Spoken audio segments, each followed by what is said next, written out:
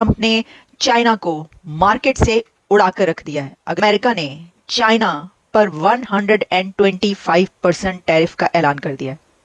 President Trump ने चीन के खिलाफ 125% 125% टैरिफ अनाउंस कर दिए हैं। इसका फायदा अब इंडिया को होने जा रहा है। जितने भी बड़े बड़े टेक जाइंट्स हैं, सैमसंग, एप्पल, वो अपने मैन्युफैक्चरिंग प्लांट इंडिया शिफ्ट कर रहे हैं। जब ये कंपनीज अपनी फैक्ट्रियां इंडिया शिफ्ट करेंगी तो इंडिया के लोगों को रोजगार के मौके मिलेंगे, उन्हें स्किल और टेक्नोलॉजी सीखने को मिलेगा, इंडिया की एक्सपोर्ट में इजाफा होगा और इंडिया जो है वो ग्लोबल मैन्युफैक्चरिंग हब कंसीडर किया जाएगा। एप्पल ने 600 टन ऑफ आईफोन जो है वो इंडिया से फ्लाई करवाया है, और वो कैसे? चार्टर्ड कार्गो फ्लाइट के जरिए।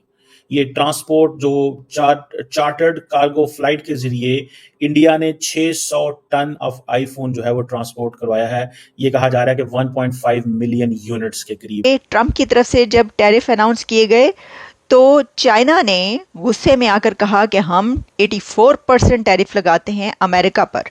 इंडिया के लिए हमेशा जब दो मुल्कों की आपसी लड़ाई होती है तो उसका फायदा इंडिया को होता है। आप देखें कि यूक्रेन और रशिया की वॉर में फायदा किसका हुआ? इंडिया का, क्योंकि इंडिया ने रशिया से बहुत ज्यादा खाम तेल खरीदा। अब आप देखें कि अब यहाँ पे जो है टैरिफ से बचने के लिए जितने भी मैन्युफैक्चरिंग प्लांट्स हैं, सैमसंग की बात करें, एप्पल की बात करें, आप देखें पहले भी एप्पल ने अपने 2 आउटलेट जो है, अपनी 2 फ्रेंचाइजीज जो है वो इंडिया के अंदर खोली हुई थी। अब वो देखें कि उन्होंने कहा कि हम पूरा का पूरा आईफोन जो है वो मैन्युफैक्चर करेंगे इंडिया के अंदर, मेड इन इंडिया। मतलब शायद अमेरिका चाह रहा था कि हम मेड इन इंडिया पर रोक लगा देंगे टैरिफ के बाद, लेकिन मेड इन इंडिया तो मजीद मेरा ख्याल ग्रो करने को तैयार है। क्योंकि उधर टैरिफ बढ़ा दिए चाइना पे, उनको भी समझ नहीं आ रही। और इंडिया का जो खिता है ना वो शुरू से ही ब्लेस्ड है। आप 2000-3000 साल पहले ले जाए, बेशक आज से 100-200 साल पहले चल जाए, दुनिया की बहुत बड़ी पावर थी। और आप इस पावर को कब तक रोकेंगे?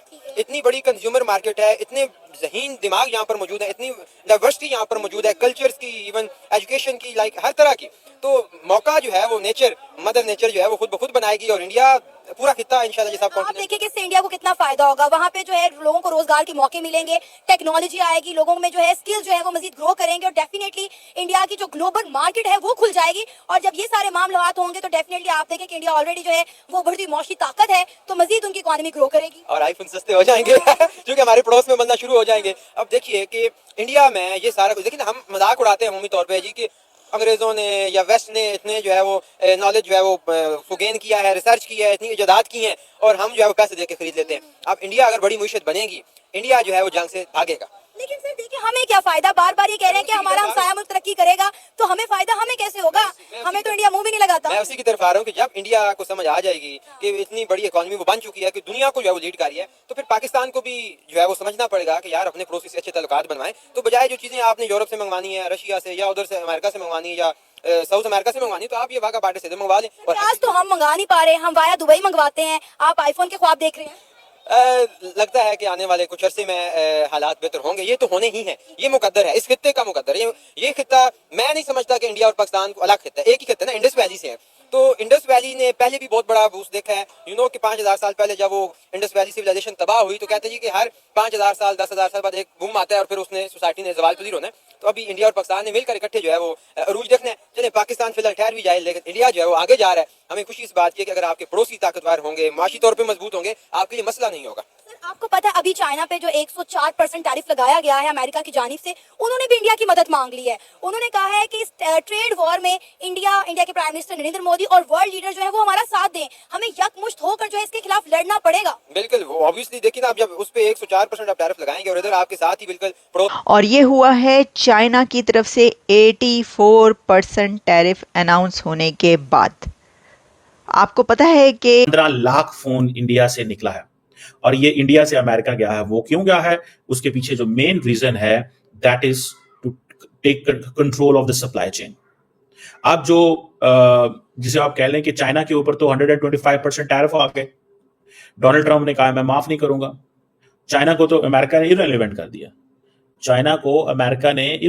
दिया, now India proves to be the backbone of the Apple and the US tech firms.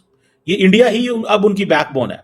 और ये जो उस वक्त फ्रेंड शोरिंग की थी, या ये बाइडेन एडमिनिस्ट्रेशन या उससे पहले जो इवन ट्रंप एडमिनिस्ट्रेशन के दौर में ये बताया गया था, आप देखें ना, इंडिया के अंदर 26% टैरिफ्स हैं और वो भी 90 डेज के लिए दे हैव बीन पॉज्ड, क्योंकि इंडिया ने फैसला किया है कि हम रिटेलिएट नहीं करेंगे। और ये जो लार्ज स्केल ऑपरेशन जो एप्पल ने किया है, ठीक है जी, उसकी वजह क्या है? उसकी वजह यह है कि हम 125% टैरिफ को अफोर्ड करें या वो जो 90 डेज का जो पॉज है उसको देखें, और उससे बढ़ के भी देखें। एप्पल ने अपनी जो मैन्युफैक्चरिंग है, फोन मैन्युफैक्चरिंग इंडिया में 20% 20% इंक्रीज कर दिया, और उसके लिए वर्कर्स ऐड हुए हैं। इंडिया के अंदर मैसिव जॉब्स क्रिएट हो रही हैं, मैसिव जॉब्स क्रिएट हो रही हैं। वो लोग जो टेक फर्म्स में काम करते हैं, आप देखें कि जो फॉक्सकॉन की जो चेन्नई फैक्ट्री है, वहां पे संडेज को भी काम होता है, इतवार को भी काम होता है, दिन रात काम हो रहा है।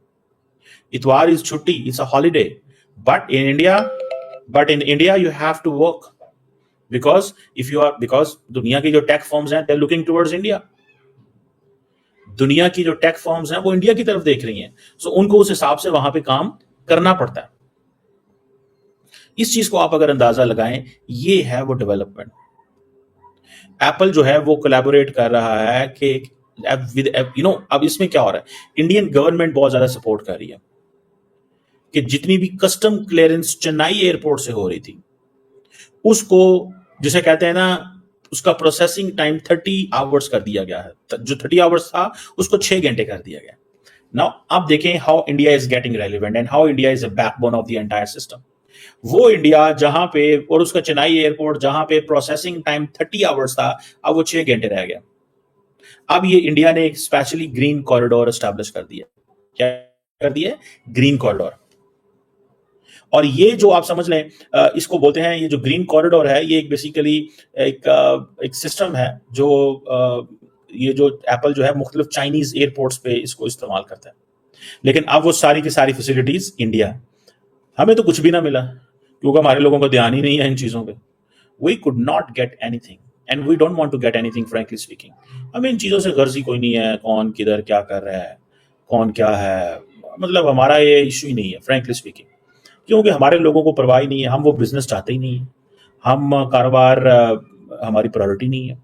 और हम क्यों कारोबार की कोई अहमियत दें भाई, सीधी सी बात है, हम क्यों कारोबार को अहमियत दें? हमें जरूरत ही कोई नहीं है कारोबार करने की। कारोबार वो करते हैं जिन्होंने तरक्की करनी हो। इंडियंस देखें वो कारोबार कर रहे हैं ना, चाइनीज देखें कारोबार कर रहे हैं ना। अभी मार्च से लेके अभी तक 6 कार्गो फ्लाइट्स उड़ी हैं, 100 टन की कैपेसिटी थी एक फ्लाइट की, और आईफोन धड़ाधड़ इंडिया से उड़ रहे हैं। आईफोन धड़ाधड़ इंडिया से उड़ रहे हैं, धड़ाधड़। और वो जा किधर रहे हैं? अमेरिका। 15 लाख फोन वो लेके गए हैं, और वो इसलिए कि उन्होंने सारी की सारी सप्लाई चेन जो है उसको मेंटेन करना है। इस वक्त इमरजेंसी लग गई हुई है टेक फर्म्स में। इंडिया इस वक्त अमेरिका की टेक फर्म्स की बैकबोन है, ये याद रखें। इंडिया बैकबोन साबित हुई है। तो इंडिया जो इंटरनेशनल, अब देखें बच गए हैं ना ये सारे। सो इसीलिए अमेरिकन मैन्युफैक्चरर जो है वो उस मुल्क में जाता है जहां पे अमेरिका के ताल्लुकात जो है वो ज्यादा अच्छे होते हैं। उस मुल्क में जाता है जहां पे अमेरिकन बिजनेसमैन उस मुल्क में जाते हैं जहां पे ताल्लुकात ज्यादा अच्छे होते हैं। आप बात समझ रहे हैं? इसको थोड़ा सा स्टडी करना होगा कि किस तरह उन्होंने अपनी सारी की सारी जो अप्रोच है वो लड़ा दी है। उन्होंने अपनी किस तरह अप्रोच जो है वो लड़ाई है। अब ये जो 1.5 मिलियन 1.5 मिलियन यानी कि 15 लाख फोन गए हैं, अब जाहिर बात है वो सारी की सारी जो अमेरिकन कंपनीज हैं वो अमेरिकन मार्केट जो है वो नॉर्मलाइज होगी, वरना कीमतें बढ़ जाएंगी। क्योंकि अभी रिसेंटली पता तो ये चल रहा था कि एप्पल फोन की जो कीमत है वो तो $2200-2300 पे चली जाएगी। अब सैमसंग या बाकी जो फोन है अगर वो $1200-1400 का मिल रहा है, एप्पल अगर $2300 का मिल रहा है, तो कौन अफोर्ड करेगा? कौन अफोर्ड करेगा?